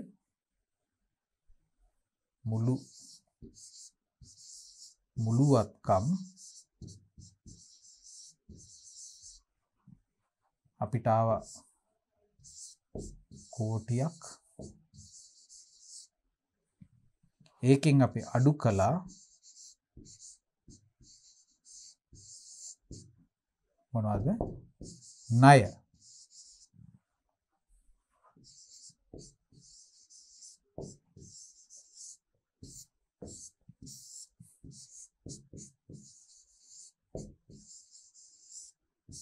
එහෙමනම් මෙන්න ඇත්තටම අපිට සුද්ධ වශයෙන් අපිට අයිති වත්කම් ටික. අපේ මුළුවත්කම් වලින් අපි බාහිර පාර්ශවයන්ට අපිට ගෙවන්න ඕන වගකීම් ටික අපි ඉවත් කරා. මොකද අපි දන්නවා මේ කාර් එක අපි තාම අපිට අයිති වෙලා නැහැ. බැංකු ණයක් විදිහට අරන් තියෙන්නේ. මේක අපි ගෙවන්න ඕන නිසා අපි తాවකාලිකව ඒ ටික අයින් කරායින් පස්සේ අපිටම අයිති දේ අපිට තියෙන්නේ ලක්ෂ 70යි. වෙනත් විදිහකට කිව්වොත් එහෙම අර කුඹුරයි ඉඩමයි අපිටම අයිති දේවල්. නමුත් අපේ ගෙදර තියෙනවා කෝටියක් පේන්න දේපල තියෙනවා. කවුරු හරි මේ ගෙදරට ආවොත් එහෙම පේනවා මේ ගෙදර මේ ගෙවල් තියෙනවා, කුඹුරකුත් තියෙනවා, මෝටර රථයකුත් තියෙනවා කියලා. ඉතින් මේක ණයට අරන් තියෙනවා කියලා දන්නේ අපි විතරයිනේ. ඒක නිසා අපි අපේ ඇත්ත తත්වය දැනගන්න ඕන වුණොත් අපිට මේකෙන් අවංකවම ඇත්තටම අපිට අයිති සම්පත් ටික අපිට තියෙන මුළු සම්පත් කෝටියෙන් අපිටම අයිති සම්පත් ටික ඇත්තටම තියෙන්නේ ලක්ෂ 70යි කියලා අපිට ගණනය කරලා පෙන්වන්න පුළුවන්. එහෙමනම් අපි මේ தত্ত্বය අපි ව්‍යාපාරයකට සම්බන්ධ කරොත් මම ඕගොල්ලන්ට කිව්වා මේ ව්‍යාපාරයේ මේ අයිතිය අපි බලන්නේ ව්‍යාපාරයේ අයිතිකරුවන්ගේ දෘෂ්ටි කෝණයෙන් කියලා. ව්‍යාපාරයට ප්‍රාග්ධනය යොදවලා මේ ව්‍යාපාරයේ කටයුතු සමායෝජනය කරන මේ ව්‍යාපාරයේ සිදුවන ලාභ අලාභ කියන ඒ ඕනම ප්‍රතිඵලයක් තමා විඳ දරා ගැනීමේ ශක්තියකින් යුක්තව මේකට මුහුණ දෙන අයිතිකරුවන්ගේ පැත්තෙන් ඒගොල්ලන්ට ව්‍යාපාරයෙන් මොනතරම් කොටසක් වත්කම් අයිතිද කියන එක තමයි සරලවම අපි මේ හිමිකම කියන එකෙන් තේරුම් ගන්න උත්සාහ කරන්නේ. මොකද මම ඕගොල්ලන්ට ඉස්සෙල්ලා කිව්වා අපි දැන් මේ කතා කරපු අපේ මේ gedara තියෙන මේ උදාහරණය වගේම අපි ව්‍යාපාරයක ගත්තත් දරුවනේ මේ ව්‍යාපාරයේ අපේ නොයෙකුත් වර්ගයේ වත්කම් තියෙන්න පුළුවන්. ව්‍යාපාරයේ ඉඩම් තියෙන්න පුළුවන්. යාන වාහන තියෙන්න පුළුවන්. මැෂින් තියෙන්න පුළුවන්. කාර්යාල උපකරණ තියෙන්න පුළුවන්. හරි? තවත් පිටපළාත්වල විවිධ දේපල තියෙන්න පුළුවන්. ඉඩකඩම් තියෙන්න පුළුවන්. නමුත් මේ සම්පත්තික අපි ඇත්තටම අත්පත් කරගෙන තියෙන්නේ. අපි බලන්න ඕන මේ ව්‍යාපාරයේ හිමිකරුවන්ගේ ඒගොල්ලෝ විසින් යොදන ලද මේ ප්‍රාග්ධනයෙන්ද එහෙමත් නැත්නම් මේක ඇතුලේ තියනවද අපි මීට මදකට ඉස්සෙල්ලා අපි සාකච්ඡා කරපු මේ වගකීම් කියන ගණයට අයිති යම් යම් සම්පත් ප්‍රමාණයකුත් මේක ඇතුලේ තියනවද? උදාහරණයක් විදිහට බැංකු ණයකින් ගත්ත වත්කමක් වාහනයක් තියෙනවා නම් වත්කමක් විදිහට අපි ඒ වත්කම් වල තියෙන ප්‍රමාණයට ඒක එකතු වුණාට ඇත්තටම අයිතිකරුවන්ට අයිති සම්පත් ටික බලන්න සිද්ධ වෙනකොට අපිට අර උදාහරණේ වගේම මේ බාහිර පාර්ශවයන්ට තියෙන වගකීම් ටික මේකෙන් අයින් කරන්න ඕන. වෙනත් විදිහකින් කිව්වොත් එහෙම ව්‍යාපාරයේ තියෙන මුළුවත්කම් වලින් තුන්වන පාර්ශවයන්ට වෙනත් පාර්ශවයන්ට තියෙන බැඳීම් වලට අදාළ වටිනාකම අපි ඉවත් කරොත් තමයි මේ අයිතිකරුවන්ට අයත් වෙන කොටස අපිට හොයාගන්න පුළුවන් වෙන්නේ. එහෙමනම් අපි බලමු මොකද්ද මේකේ නිර්වචනය කියලා. අපි කතා කරන්නේ හිමිකම් ගැන. ව්‍යාපාරයේහි වගකීම් පවතින්නේ නම් ව්‍යාපාරයේ වත්කම් වලින් කොටසක් එම වගකීම් බේරුම් කිරීම සඳහා භාවිතා කළ යුතුය. එසේ වගකීම් බේරුම් කළ පසුව ඉතිරි වන වත්කම් ප්‍රමාණය හිමිකරුවන්ට අයත් වේ. හරි නේද? මම මේක ඔයගලන්ට අර පුද්ගලික උදාහරණයෙන් ලස්සනට පෙන්නනවා.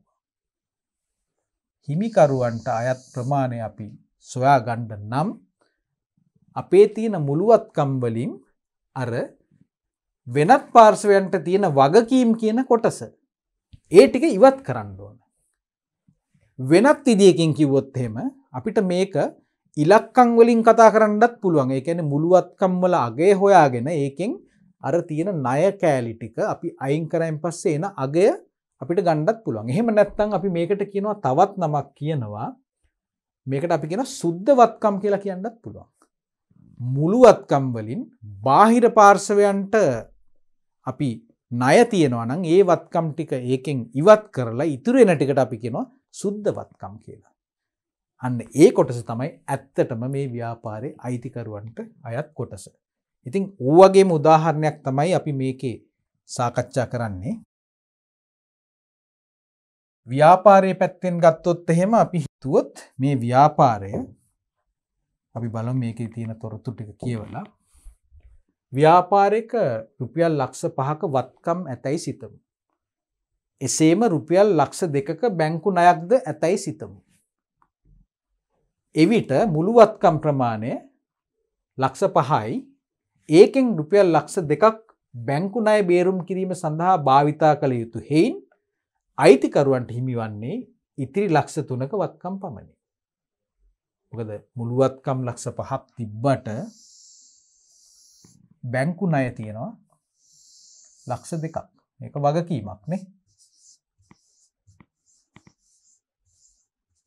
වගකීමක්. එහෙමනම් ලක්ෂ 5න් වගකීම ඉවත් කරායින් පස්සේ අපිට ඉතුරු වෙන්නේ ලක්ෂ 3යි. එහෙමනම් මේ ව්‍යාපාරේ හිමිකම කියලා කියන්නේ ලක්ෂ 3යි. අයිතිකරුවන්ට ඇත්තටම අයත් කොටස ලක්ෂ 3යි. හරි නේද? හොඳයි. ඊළඟට අපි සාකච්ඡා කරන්නේ අපේ 4 වන සහ 5 වෙනි ගණදෙනු වර්ගීකරණය. ගිණුම් කරන මූලිකාංග වල 4 වන සහ 5 වෙනි මූලිකාංගය. ආදායම් සහ වියදම්. අපි බලමු මොකද්ද ආදායම් කියන්නේ කියලා. අයිතිකරුවන් යොදන ප්‍රාග්ධනය නිසා හිමිකමෙහි සිදුවන වැඩිවීම් හැර හිමිකමෙහි සිදුවන අනෙකුත් වැඩිවීම් ආදායම් ලෙස සැලකේ. උදාහරණ විකුණුම්, පොලී ලැබීම්, කුලී ලැබීම්, කොමිස් ලැබීම්. දැන් මෙතන පොඩි කොන්දේසියක් තිබ්බා. මොකක්ද? අයිතිකරුවන් යොදන ප්‍රාග්ධනය නිසා හිමිකමෙහි සිදුවන වැඩිකිරීම් හැර සිදුවන අනෙකුත් වැඩිවීම් වලට කියනවලු ආදායම් කියලා. හරි. අපි බලමු මේ මෙතන කියන දේ මොකක්ද කියලා. අපි පොඩ්ඩක් බලමු. හරි. ව්‍යාපාරයකට අපි ප්‍රාග්ධනය. හරි. අපි කතා කරන්නේ ව්‍යාපාරයකට ලැබීම්, ව්‍යාපාරයකට ලැබෙන ප්‍රාග්ධන ලැබීම්. ප්‍රාග්ධනය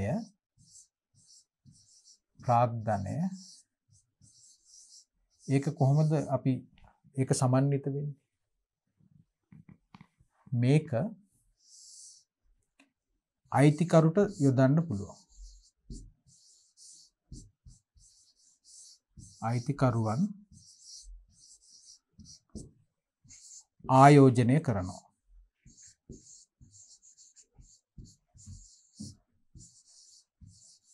අයිතිකරුවන්ගේ ආයෝජනය කියලා අපි කියමුකෝ. ඒකෙන් දාන්න පුළුවන්. හරි. ඊට අමතරව මේ ව්‍යාපාරයේ ලැබීම්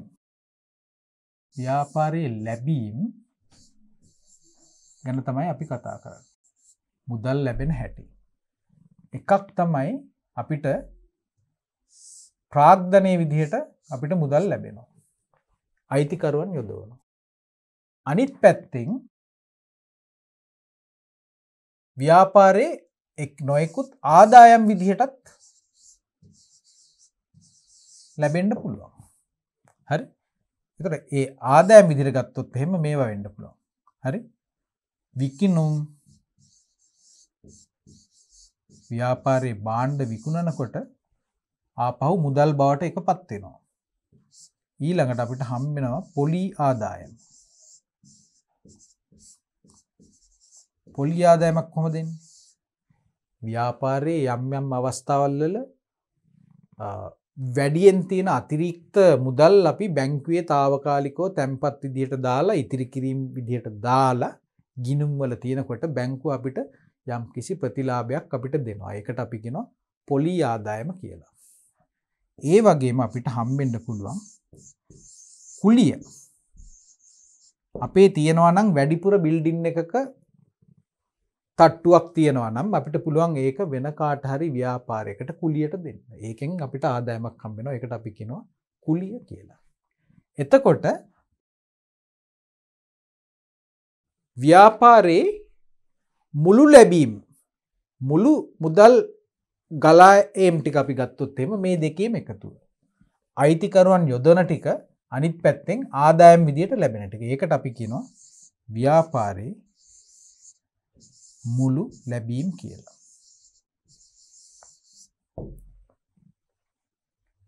නමුත් අපිට එහෙමනම් මේ මුළු ලැබීම් අපිට කියන්න බෑ ව්‍යාපාරයේ ආදායම් කියලා.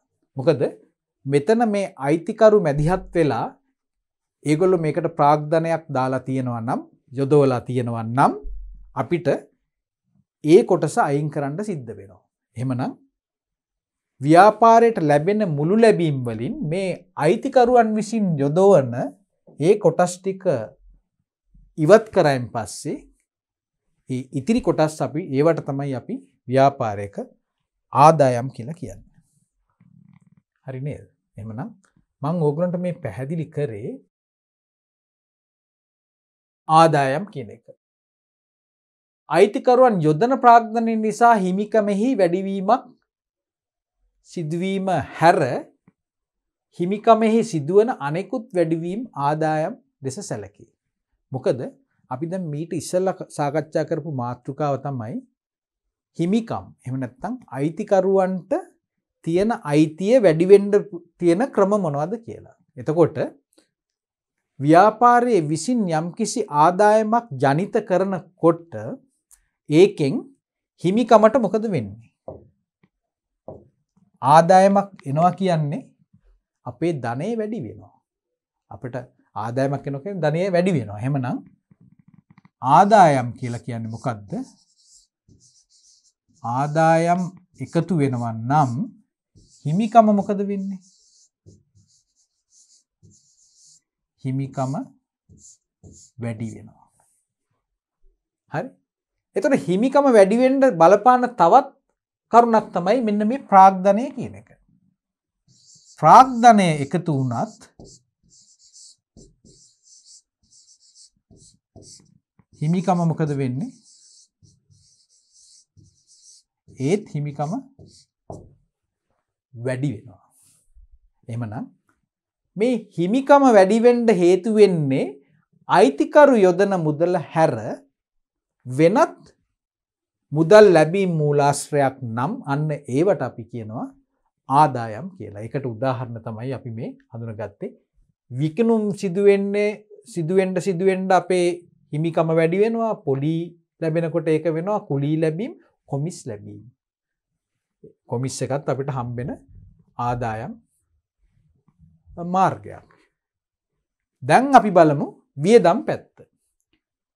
අයිතිකරු විසින් ව්‍යාපාරයෙන් නැවත තමාගේ ප්‍රයෝජනයට ගන්නා ගැනිලි නිසා සිදුවන හිමිකමේ අඩුවීම හැරුණු විට සිදුවන හිමිකමෙහි අඩුවීම වියදම් ලෙස සැලකේ. ඒකටත් මම සරල උදාහරණයක් ගන්නම්. හරි? අපි හිතමු මේ ව්‍යාපාරය සහල් නිෂ්පාදනය කරන ව්‍යාපාරයක්. සහල්. එතකොට අපි සහල් නිෂ්පාදනය කරලා අපි අපේ ගම්දෙනකරුවන්ට විකුණනවා. එතකොට මේ ව්‍යාපාරයේ හිමිකරු, අයිතිකරු එයා මේ සහල් අපි කවදාවත් එයා පිටින් මිලදී ගන්න යන්නේ නැහනේ. තමාගේ ව්‍යාපාරයක් තියෙනවා නම් ඒකේ මොනවා හරි හොඳ ප්‍රමිතියකින් මේ භාණ්ඩ නිෂ්පාදනය කරලා අපි අපේ ගම්දෙනකරුවන්ට විකුණනවා. එතකොට අපි හැමදාම අපේ ගෙදර පාවිච්චිට ගන්නෙත් මේ ව්‍යාපාරයෙන් අපි නිෂ්පාදනය කරන දේවල්. ඒකට කිසිම නීතිමය බලපෑමක් නැහැ. අපිට නිදහස තියෙනවා අපේ ව්‍යාපාරය නිසා. එහෙමනම් අපි මොකද කරන්නේ? අපේ ප්‍රයෝජනය සඳහා ව්‍යාපාරයේ පොත්පත්වල සටහන් කරලා අපි මේ සහල් ටිකක් අපි ගන්නවා හැම මාසෙම. හරි? එතකොට ඒවට අපි විශේෂ නමක් කියනවා. මොකක්ද ඒකට අපි කියන්නේ? ගැනිලි කියලා. මෙන්න. ගැනිලි නිසා හිමිකමේ සිදුවීම අඩුවීම හැරුණු විට සිදුවන අඩුවීම වියදම්. එමනම් කවදාවත් ව්‍යාපාරයේ බඩු ගත්තා කියලා අපි ඒක වියදමක් විදියට පෙන්වන්නේ නැහැ.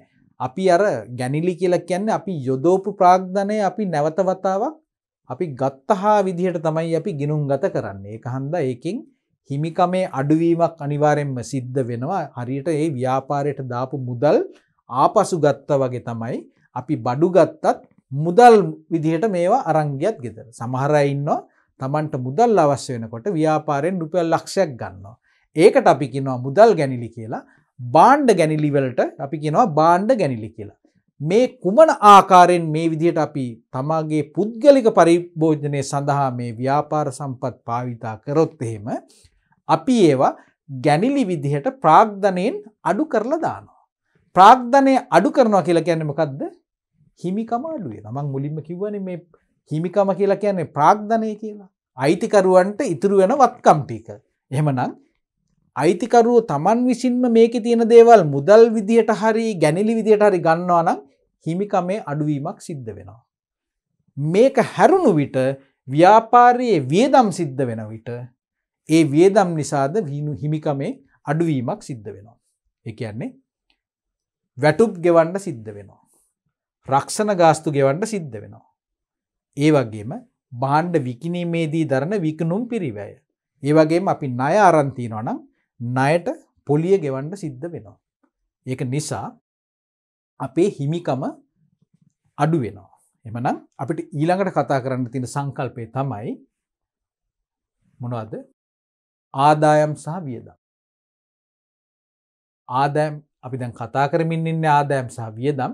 එතකොට මේ ආදායම් සහ වියදම් අතර තියෙන වෙනසට අපි කියනවා ලාභය කියලා. හන්දා අපි පුංචි උදාහරණයක් අරගෙන අපි බලමු මේ ලාභය නිසා ව්‍යාපාරයට කුමක්ද සිද්ධ වෙන්නේ කියලා.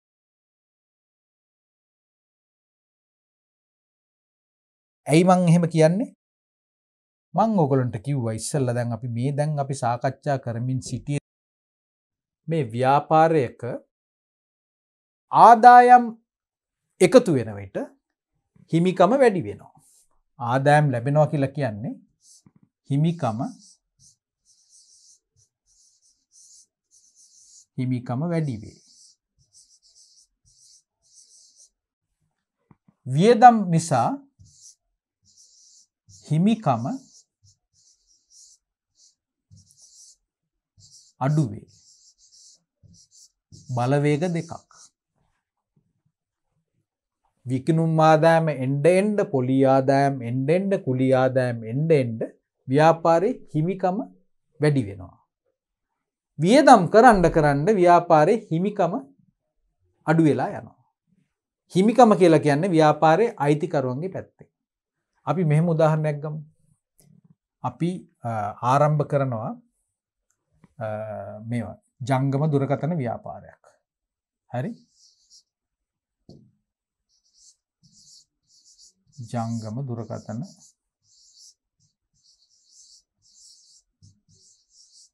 ව්‍යාපාරයක්.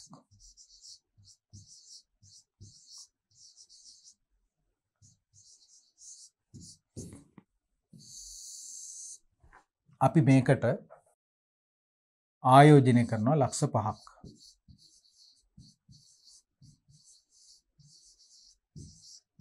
රුපියල් ලක්ෂ 5යි.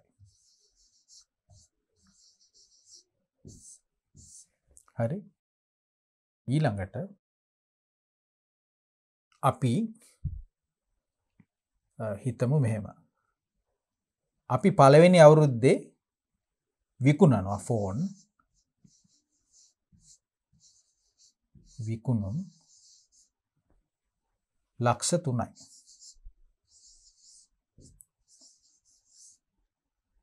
හරි? එතකොට මේක අපිට ලැබෙන ආදායමක්. එතකොට අපිට මේ ෆෝන් ටික ගන්න ෆෝන් මිලදී ගන්න අපිට ගියා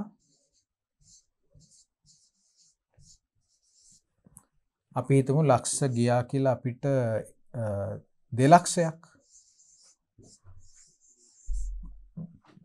හරි?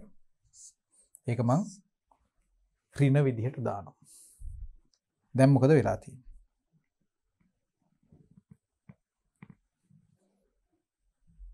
අපි බලමු මේ විදිහට. ව්‍යාපාරයට මේක හන්ද මොකද උනේ කියලා. හරි?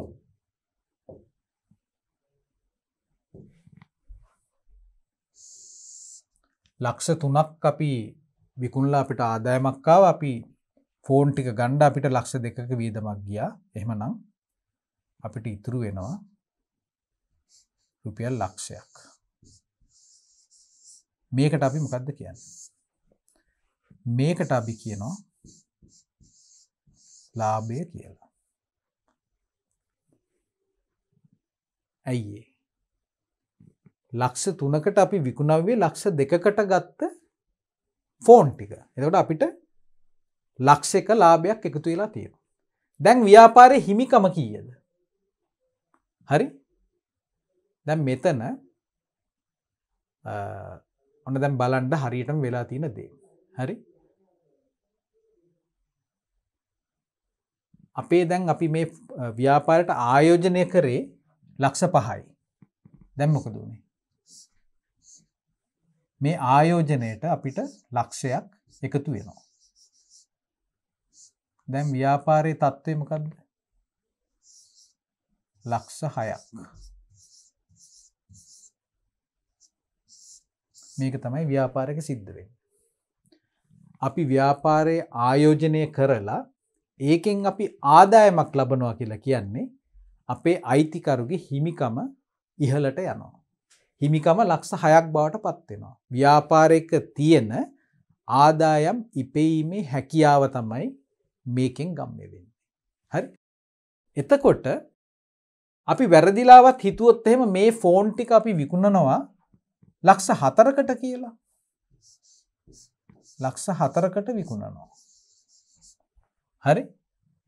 එතකොට මිලදී ගන්න ගියේ වියදම අපිට ලක්ෂ 2යි. එහෙම නේද?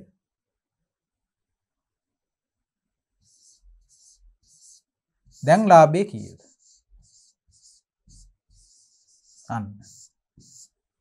ලාභේ රුපියල් ලක්ෂයකින් ඉහළට ගියා. මේ වැඩි උනේ ලාභය. අපි තවත් උදාහරණයක් ගමු. මේ ලක්ෂ 3කටම මේ ලක්ෂ 3ක දේ අපි ලක්ෂ 4කට අපි විකුණනවා. ඊට පස්සේ ෆෝන් මිලදී ගන්න අපිට ලක්ෂ 2ක් ගියා. එhmenan අපේ ලාභය ලක්ෂ 2යි. නමුත් අපි දන්නවා අපිට තවත් එක එක වියදම් කරන්න සිද්ධ වෙනවා. අපි හිතමු කඩකුලී ගෙවන්න වෙනවා රුපියල් 50000ක්. ඊට පස්සේ විදුලි බිල. විදුලි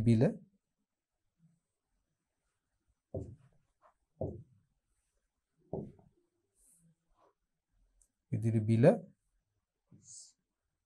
රුපියල් 10000යි. එතකොට ඔක්කොම වියදම් රුපියල් 60000යි. දැන් මොකද වෙන්නේ?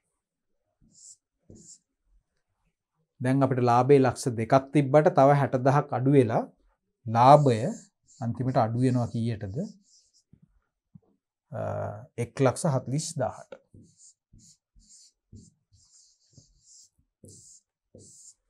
එහෙමනම් මොකද්ද මෙතන අපි දකින සම්බන්ධතාවය?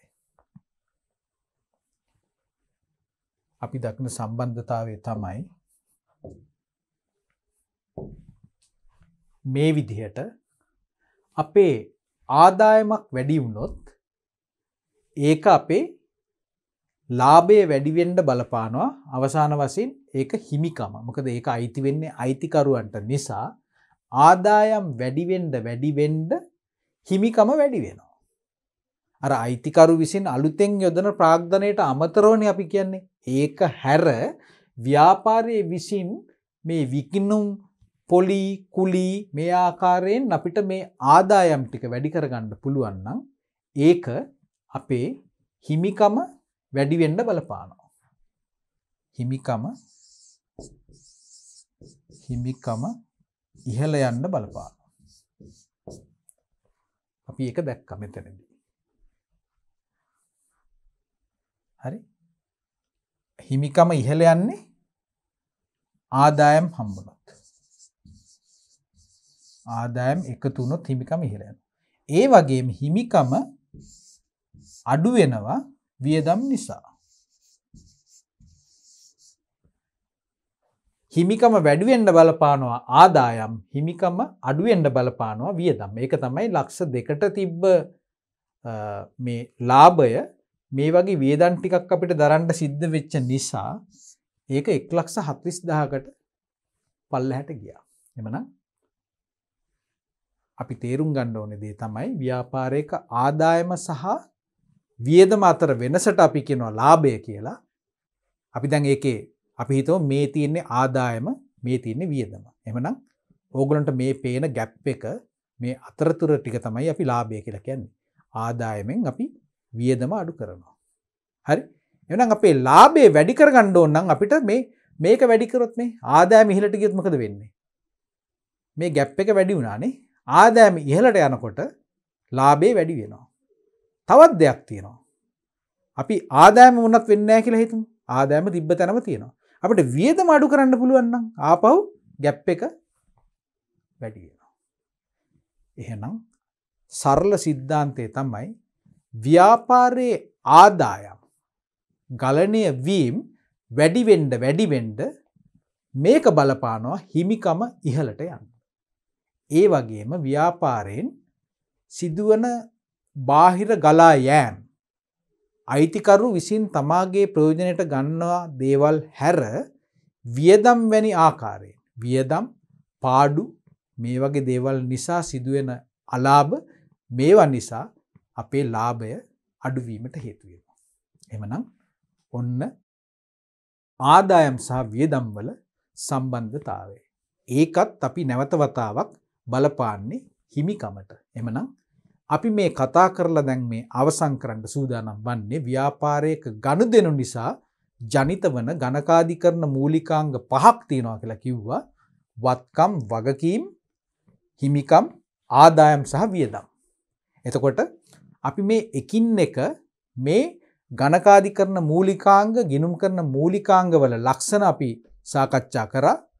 වත්කමක් විදිහට අපි හඳුනගන්නේ කුමන කොන්දේසි 3ක් සම්පූර්ණ වුණොත්ද? ඒ වගේම ව්‍යාපාරයක වගකීමක් ලෙස ගිණුම්ගත කිරීමට නම් නැවත වතාවක් කොන්දේසි 3ක් සම්පූර්ණ වෙන්න ඕන කියලා කිව්වා. ඒ වගේම වත්කම් නැවත වතාවක් කොටස් දෙකකට බෙදෙනවා කියලා කිව්වා. ජංගම වත්කම්, ජංගම නොවන වත්කම්. වගකීම් නැවත වතාවක් කොටස් දෙකකට වර්ග කරන්න පුළුවන් කියලා කිව්වා. ජංගම වගකීම්, ජංගම නොවන වගකීම්. ඊට පස්සේ අපි කතා කරා ඊළඟ සංකල්පය හිමිකම් ගැන. හිමිකම් කියලා කියන්නේ ව්‍යාපාරයක තියෙන මුළුවත්කම් වලින් අයිතිකරුවන්ට හිමි කොටස. මුළුවත්කම් වලින් බාහිර වගකීම් වලට අදාළ වත්කම් ටික ඉවත් කළ පසු ඉතිරි වෙන කොටසට අපි කිව්වා හිමිකම් කියලා. ඊළඟට අපි කතා කරා ආදායම් සහ වියදම් කියන සංකල්ප දෙක. ආදායම් කියලා කියන්නේ ව්‍යාපාරයට ගලා එන මූල්‍ය ගලා ඒම්. ගලා ඒම් සිද්ධ වෙන්නේ විකුණුම්, කොමිස්, කුලී මේ වගේ එහෙම නැත්නම් වත්කමක් විකුණලා ලැබෙන විවිධාකාරයේ මුදල් ගලණය වීම සිද්ධ වෙන්න පුළුවන්. ප්‍රාග්ධනය හැර අයිතිකරු විසින් යොදන ප්‍රාග්ධනය හැර අපිට යම්කිසි ව්‍යාපාරයේ කටයුතු වලින් ව්‍යාපාරයේ ආර්ථික ක්‍රියාවලිය තුලින් ජනිත වන සියලුම වියදම් ආදායම් ගලණය වීම නිසා ව්‍යාපාරයේ හිමිකම වැඩි වෙනවා කියලා අපි කතා කරා. ඒ වගේම ව්‍යාපාරයෙන් පිටතට යන වියදම් සියල්ල මේ හිමිකම අඩුවීමට බලපාන බවත් මේ ආදායම් සහ වියදම් අතර වෙනස අපි කිව්වා ඒකට ලාභය කියලා. ලාභය අවසාන වශයෙන් එකතු වෙන්නේ හිමිකම විදිහට. අයිතිකරුවන්ට අයිති කොටසක් විදිහට. එහෙමනම් දුවේ පුතේ අපි මේ දැන් අවසන් කරන්නේ අපේ මේ ගිණුම් කරන අධ්‍යයන කියන විෂයෙහි පළවෙනි පාඩම. එහෙමනම් නැවත වතාවක් අපි ඉක්මනට හමු වෙමු අපේ දෙවන පාඩම වන මේ ගිණුම් කරන සමීකරණය පිළිබඳ සාකච්ඡා කරන්න. එහෙමනම් ඔබලා සියලු දෙනා නැවතත් හමු වීමේ අපේක්ෂාවෙන් අපේ අද දින සාකච්ඡාව අපි අවසන් කරනවා. ඔබලා සියලු දෙනාටම නැවත වතාවක් ආයුබෝවන්.